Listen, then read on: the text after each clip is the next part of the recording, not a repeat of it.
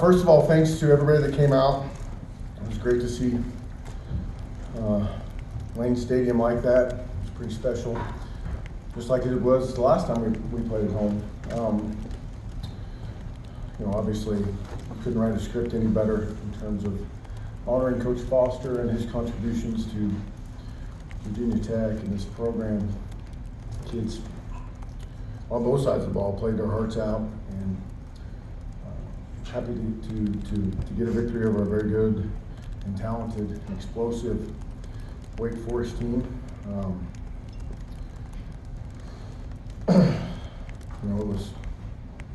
It was fun to be a part of. I go back to this. I'm really proud of our kids. They just continue to battle and block out the noise and work hard and stick together, and it's fun to get to see them reap some benefits for them. Questions? Mike? Justin, as well as the defense played offensively, you obviously helped them tremendously with the time of possession. How much of a focus was that going in, and how well did you guys execute that? Well, it was a part of the deal, like a concerted effort. When you play an offense, I felt a little bit like the bowl game against Oklahoma State. Like, in order to do this, it's going to take all of us. We're going to have to make a big play in special teams. We're going to have to win the field position battle.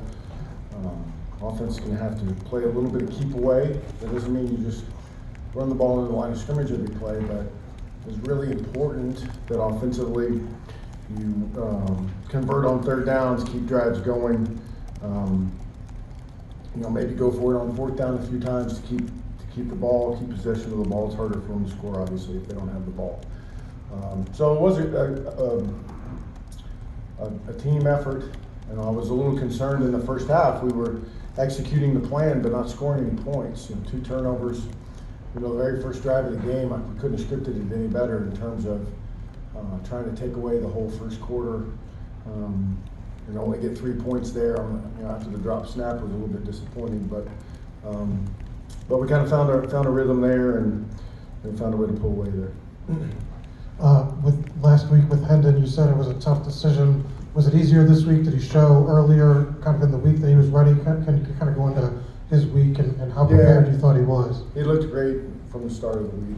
That's why it was hard last week. It wasn't a deal where by Wednesday we were trying to figure it out. On Sunday, I felt good about it.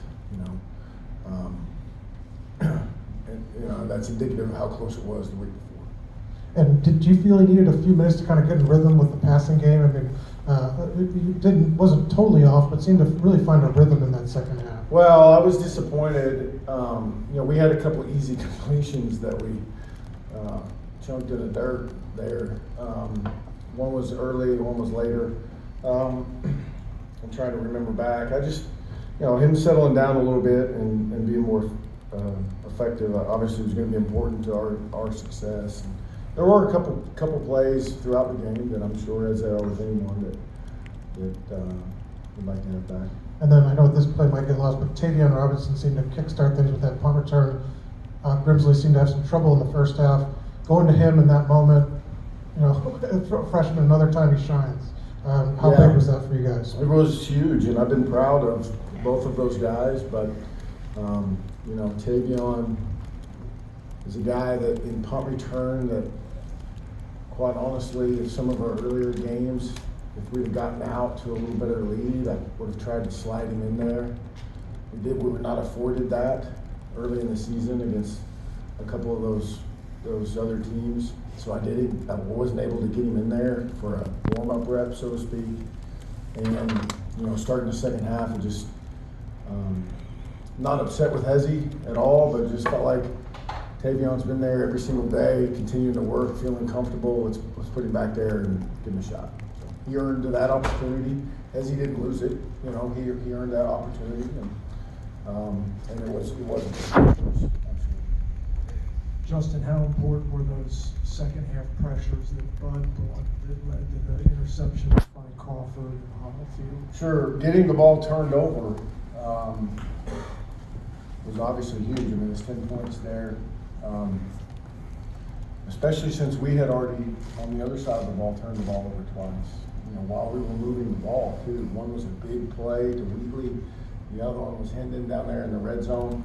To try and even that out against a very good team, I thought was big. Justin, 228 yards on the ground for this team today. What was it about the ground game that seemed to really be clicking for you guys? Well, we made some big plays on the perimeter. Trey Turner continues to be a weapon in some of that stuff.